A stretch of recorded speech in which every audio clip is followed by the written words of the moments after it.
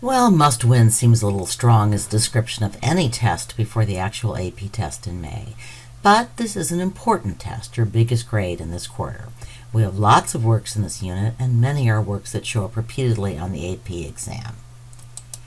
A high proportion of the test questions come from the review quiz, which means you get the questions in advance if you take the review quiz.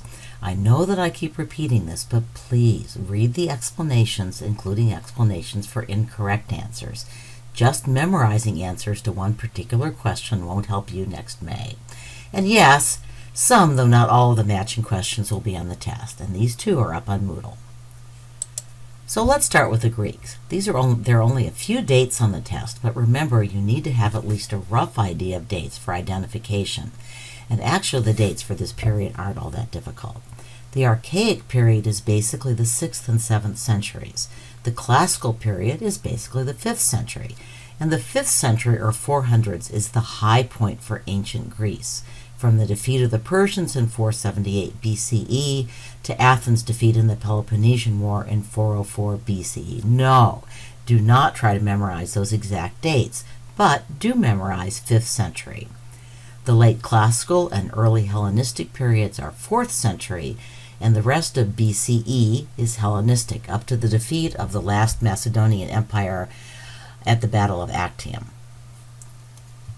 So what kind of a vessel is this? What was it primarily used for? Now this is not a required image, it's from an earlier AP test, but you should recognize the shape and the red figure technique. Note how often the review questions use non-required images similar to the required images. So this slide should be self-explanatory. What are these two works? And hint, the one on top is Hellenistic Greek, the one on bottom is late Roman. But what content do they have in common? A related question, the work on the upper left is probably an allegory for, think about the political role that Gigantomachy played in Greek culture. After the essay test, you're all experts on this, right? What are these works, including the Greek terms for male and female archaic statues? How do they differ? What was the function of the male statue? So you really need to know these two temples. They're both College Board required works and old College Board favorites. So what architectural orders does each temple represent? When and why were these buildings constructed on the Acropolis? And yes, there are some questions on Greek temple parts. The architrave, frieze, and cornice are the three elements that form the entablature, and that's a tough one from an old AP exam, but I warned you that you were going to need to know some of these terms, and I just gave the answer as a reward for watching the podcast. Basically, the entablature is all the stuff between the columns and the triangular section under the roof, which is called a metopes. Are the carved portion of the frieze in the entablature of a Doric temple. You do have a question about metopes in your review question. What is this work's function and what makes it classical as opposed to archaic or Hellenistic? It shouldn't be tough, I hope, to figure out why in the past the College Board has paired these two sculptures in multiple choice questions.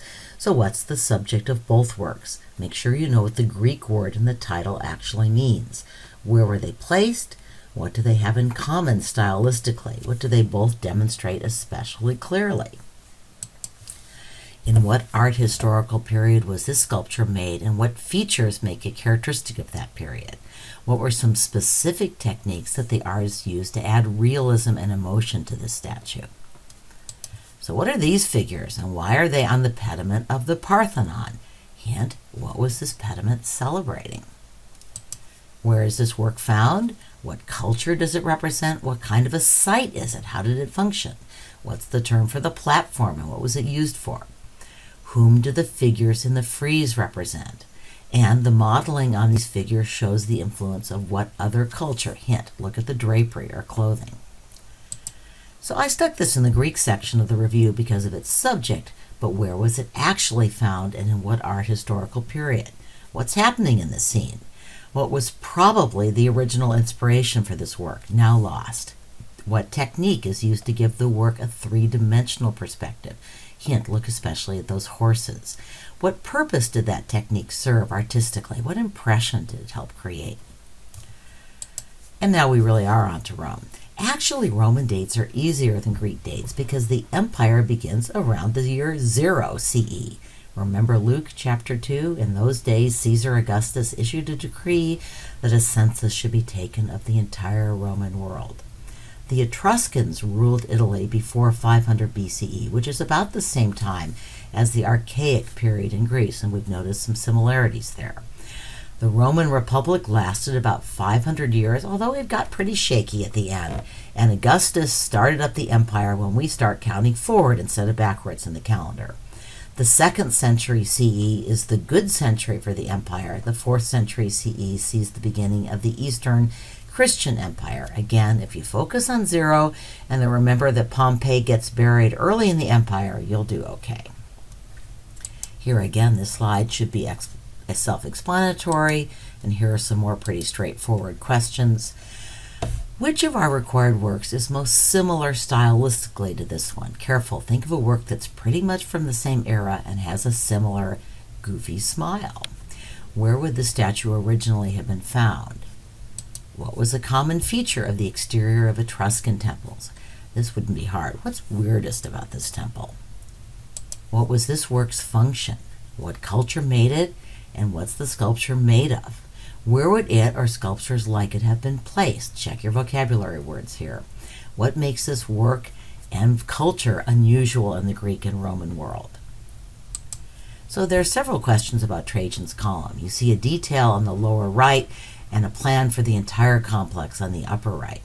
So what is it? What was it commemorating? Where was it placed? What was its function? By the way, I don't think I mentioned in my podcast that the column was actually Trajan's tomb. And I can't remember if this information showed up in the homework either. But now you know, it was his tomb. What kind of style were the Nabatean architects imitating? Or I really should say styles. What is the artistic style of the building? Think about the fact that the Nabateans lived at a cultural crossroads and borrowed from many different sources. The image on the right is from the House of the Veti. What room are we seeing? What other architectural features are we seeing? What were the functions of this room? Hint, the photo gives you the correct answer, but the photo is not on the exam. Excuse me. You will want to be able to recognize early Roman paintings, and hint, they're almost always from Pompeii.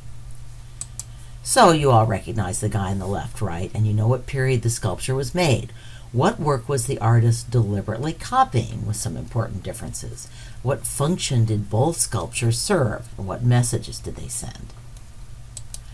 So what building is this, and where is it located? That'll be easy for now, by the way, but later on you'll need to recall a dizzying array of buildings. Moreover, while this design was innovative for its time, it was much copied later, particularly in Islamic and Byzantine art. Stay tuned. So what was the building's original use? The dome was primarily constructed with what material? What are those indentations in the dome ceiling called, and what purpose did they serve? What is the term for that central opening in the dome, and what does it cover? What covers it or doesn't cover it? What was the most impressive and even surprising element of this building? What effect were the architects trying to achieve? Whew, good luck.